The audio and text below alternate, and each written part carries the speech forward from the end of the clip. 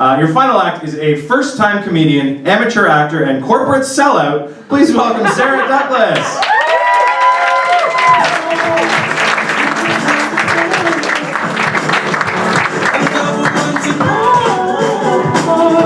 Yeah. Hi, I'm Sara. I look like a kid. People always tell me I look young, and it's a good thing because I'll age really well, but those people have never been ID'd walking into a Starbucks. So, I go to stores that actually respect me, like Baby Gap. I have a gold membership there. I auditioned for a play recently for the part of a 12-year-old, and my competition was an actual 12-year-old. And I got the part. And the thing is, she was actually better than me, but she was too mature. The director, she came and talked to me after, and she was like, hey, congratulations, you did really well. Just so you know, you will look younger under the stage lighting. So we're gonna have to do your makeup so that you look old enough for it. It sucks going to lunch with your coworkers and being the only one that gets crayons with your place. My boyfriend plans date nights based on which restaurants let kids eat free. And I flew to Scotland recently, and on the plane, the stewardess sat next to me, and she was like, oh, do you have everything you need? Are you okay? I'm like, yeah, this airline has really great customer service. And then I discovered I was labeled as an unaccompanied minor. And I know that I'm gonna get ID'd anywhere that sells alcohol, but I figure I'm safe at the movies, right? So I went to see Suicide Squad, which is rated PG-13, and they ID'd me. And I was like, what ID do 13-year-olds even have? Did you want me to pull out my elementary school diploma for you? Or do you want me to show you my shitty emo-faced grade 9 student card? What do you want from me? You're asking a lot from a 13-year-old. I forgot my ID, so the only movie I could get into was Zootopia, but it was way better. Speaking of movies, I find it really dumb how you can delete your browser history but not your Netflix history, because Netflix is so much more embarrassing. Not to mention, my laptop is like the equivalent of an 8-year-old. It can't keep up with me, it's only good for browsing photos, and it's gonna die soon.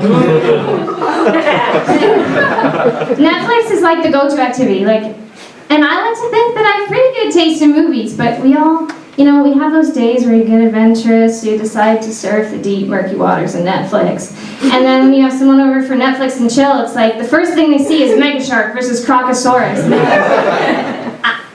I don't know, and that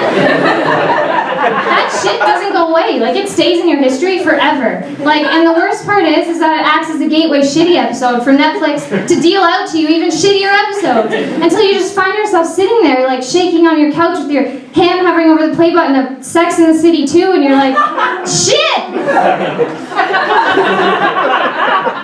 But the solution, there's a ratio you can follow. So if you watch an episode, like Teen Mom, some shitty TV show, you can watch 6 hours of quality TV to get rid of it, to cover your tracks and move it along down the line. And this is why people spend so much time on Netflix. It's not because they're addicted, it's because they're trying to get rid of all the shitty, embarrassing TV that they watch. Speaking of shitty and embarrassing, my parents enrolled me in almost every activity when I was younger, in hopes that by now I would be good at something. And it worked. I found that I was a really phenomenal quitter. I just found the best reasons to quit things. So as a small, feeble child, the obvious activity to put me in was Taekwondo. But you can't wear socks in that, and the bathrobes that you have to wear, they're just really itchy. So I thought something more cultural might be up my alley, explore my Scottish roots a little bit. So I ended up in a German class, and but do you know German's really hard, and there's no English in it at all. So I'm sticking with English.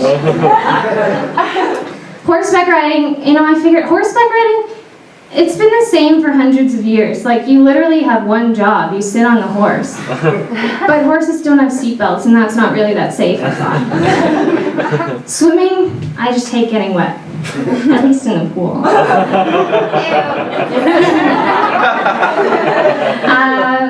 Soccer I stayed in for quite a while, but I got really bored of pretending to be injured.